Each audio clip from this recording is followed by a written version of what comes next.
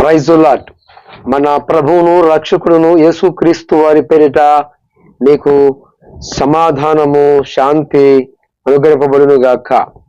ఈరోజు మాకు ముఖ్యమైన సందేహము తీర్చుకోవటానికి ఈరోజు మానవులు అనేక రకాలుగా అనేక భాషల్లో ఉండటానికి కారణం ఎవరు? అసలుకి భూమి అందంతటా ఉన్న ఒక భాషే ఆ భాష మార్పు చెందటానికి, ఆ భాషలన్నీ కూడా తారుమారు గాటానికి కారణం ఎవరో మనం తెలుసుకోబోతున్నాం. దీనికి ముందు మరి ఈ యొక్క కోణానికి చెందిన వారు ఎవరయ్యా అంటే ఈ అంత ఆబుత్త క్రీస్తుకి సాదృశ్యంగా ఉన్న మూల పురుషుడుగాను ఉన్న యెహోవా ఎదుట పరాక్రమశాలి కలిగి యాటగాడు అని పేరు పొందిన వాడు ఎవరయ్యా అంటే అంత ఆబద్ధ క్రీస్తుకి సాదృశ్యంగా ఉన్నవాడు ఎవరయ్యా అంటే నెమ్రోదు. ఈ నెమ్రోదు అనేవాడు మనము ఎక్కడ చూస్తాము? ఇతని యొక్క పేరు, అతని తండ్రి ఎవరు? కూషు కుమారుడైన నెమ్రో. ఈ నెమ్రోదును కనిన వాడు ఎవరై అంటే కూషు. మనకి ఎక్కడ కనిపిస్తాడు ఈ నెమ్రోదు?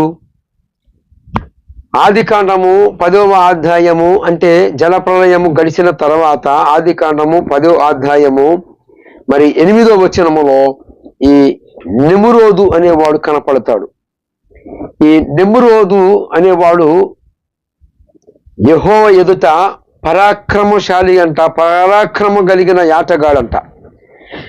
యెహోవా ఎదుట పరాక్రమ కలిగిన వేటగాడట. వీడు దేనిని వేటాడుతున్నాడు అంటే పక్షులనా, జంతువులనా అంటే కాదు, మనుషులని వేటాడుతున్నాడని ఇతని యొక్క నేచరు, ఇతని యొక్క విధానము ఎలాగ ఉంది అంటే బహుశా ఈ లోకములో పేరు గొప్పల కోసమును, పేరు ప్రఖ్యాతుల కోసమును, జీవపు డమ్మము కోసమును పరిగెడుతూ ఉన్నారు కదా, వారికి సాదృశ్యంగా ఈరోజు మరి ఈ యొక్క నెమ్రోదుని మీ దృష్టికి తీసుకొచ్చాను. ఈరోజు ఈ నెమ్రో అనేవాడు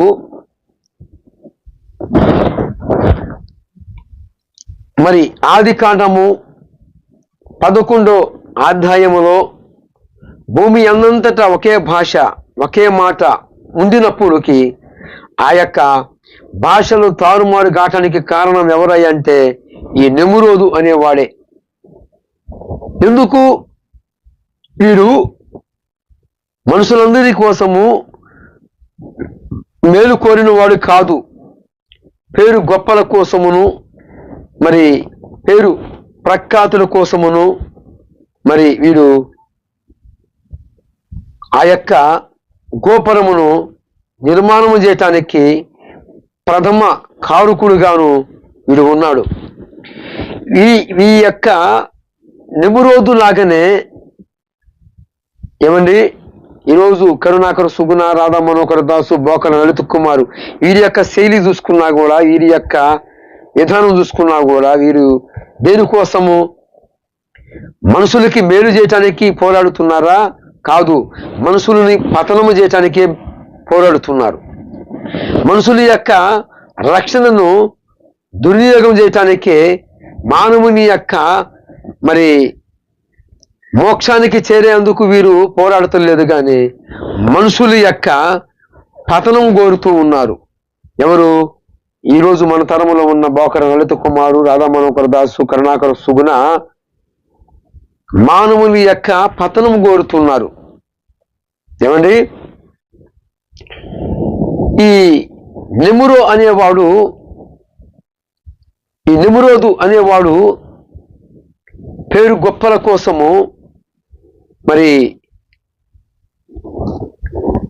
ఆదికాండము 11వ అధ్యాయములో ఒకే భాష ఉంది, ఒకే పలుకు ఉంది, కానీ వీరు రాళ్ళకి బదులుగా ఇటుకలను, మరి అలుసుకు ప్రతిగా మట్టిని మరి ఇటుకలను కాల్చి ఒక పెద్ద గోపురమును, పెద్ద ప్రాకారమును మానవులు అంటే నరులు కుమారులు నిర్మించుకున్నారు. ఇక్కడ భాషలు తారుమారు కావటానికి కారణం ఏమిటి? తన పిల్లలు సంతోషంగా ఉండటం కంటే కారణంగా ఆ హేతువు కావటానికి మరి తన పిల్లలు మరి పరాక్రమశాలులుగాను ఉంటే అంతకు మించిన సంతోషం ఏమన్నా ఉంటుందా తండ్రికి? మరి ఎందుకు సృష్టించిన సృష్టికర్త వారి భాషలు తారుమారు చేయడానికి కారణం ఏమిటి అంటే, ఇక్కడ ఈ కూషు కుమారుడైన నిమ్రోదు భాష మొత్తము ఒకే భాష ఉంటానా ఇక్కడ దేవునికి వ్యతిరేకమైన పాపము చేయటానికి నాంది పలికాడు. ఏమిటి ఆ పాపము అంటే, బాబేలు గోపురమును నిర్మాణము చేశారు, అది అంతా కూడా పూర్తి కాలేదు. ఎందుకు కాలేదు? ఇక్కడ బాబేలు గోపురము శిఖరం మీద ఆకాశ నక్షత్రములు, సూర్య చంద్రులకి వీరు ఈ నిమ్రో అనేవాడు బలి అర్పణ చేస్తున్నాడు. ఏం బలి అర్పణ చేస్తున్నాడు అంటే నరబలి అర్పణ చేస్తున్నాడు. పసిపిల్లలని ఆ యొక్క సూర్య చంద్ర ప్రతిమలకు ఆ యొక్క బాబేలు శిఖరం మీద రక్తమును మనుషుల యొక్క రక్తమును అక్కడ బలి చేస్తున్నాడు, బయలుకు అర్పిస్తూ ఉన్నాడు. ఇది రాను రాను మనుషులందరికీ పతనానికి నాందవుతుందని మనుషులందరూ కూడా ఇక ఏమాత్రం డౌట్ లేదు, నో సందేహము, పాతాళానికి వెళ్ళిపోతారు. ఈ నిమ్రో అనేవాడు, ఈ నిమ్రోదు అనేవాడి మాట విన్నట్లయితే మనుషులందరూ కూడా పతనమైపోతారు. దేవుడు ఏ సంకల్పము చేత మానవుని నిర్మించాడో ఆ సంకల్పమును దుర్యోగ పాలు చేయటానికి ఈ యొక్క నిమ్రో అనేవాడు సాతానికి మూలముగాను, క్రీస్తు ధర్మ విరోధకు పాప పురుషుడికి వాని యొక్క సాదృశ్యంగాను ఈ యొక్క నిమ్రోదు ఉన్నట్టు మనం చూస్తాం.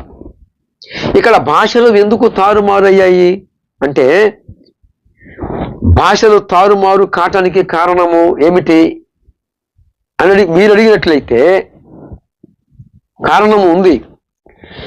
మొదటగా ఆదిలో మరి ఆది కాండము ప్రారంభములోనే ఆది దంపతులుగా ఉన్న ఆదాము అవ్వ మరి వారి యొక్క దురాశ, స్వకీయ కాంక్షల కోసము భగవంతుని మీద తిరుగుబాటు చేయటము, ఆ యొక్క తిరుగుబాటు పరాకాష్ఠకే బాబేలు గోపురం సాదృశ్యంగా ఉంది. ఈ బాబేలు అంటే అర్థం ఏమిటి? తారుమారు. పేరు ప్రఖ్యాతులు సంపాదించుకుందామని నరుల కుమారులు పేరు గొప్పల కోసము ఈ నిమ్రో అనేవాడు ప్రథముగా ఉన్నాడు. వీరందరినీ సమకూర్చి మనము ఆకాశానికి అంటున్నట్లుగా ఒక గోపురమును నిర్మించుదాము రాండి అని వీడు అందరికీ కమిటీగా మరి వీడు ఉన్నట్లుగాను మనకి ఆది కాండము 11వ అధ్యాయముకు ముందు 10వ అధ్యాయము 8వ వచనము చక్కగా సాక్ష్యం ఇస్తుంది. ఏం సాక్ష్యం ఇస్తుంది? యెహోవా ఎదుట పరాక్రమం కలిగిన యాటగాడట ఈ నిమ్రో అనేవాడు గురించి సాక్ష్యం ఇస్తుంది. ఈ నిమ్రోదు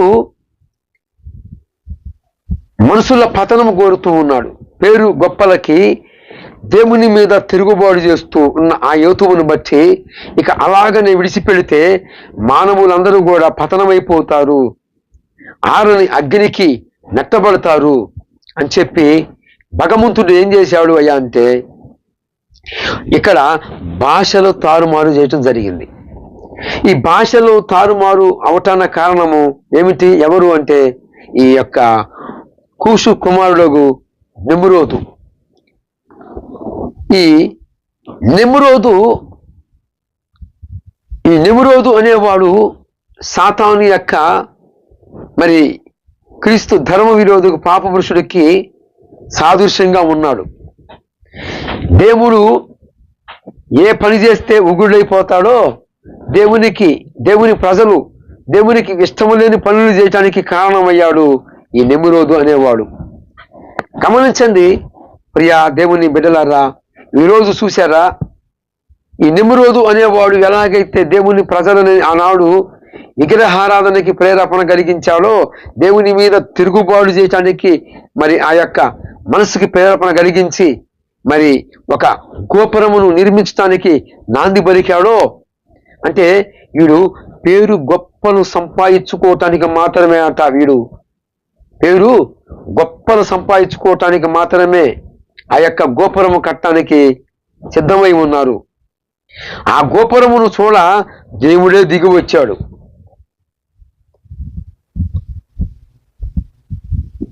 దేవుని ప్రజలు చెడిపోవటానికి, దేవుని ప్రజలు పతనం కావటానికి కారణం ఎవరో తెలుసా?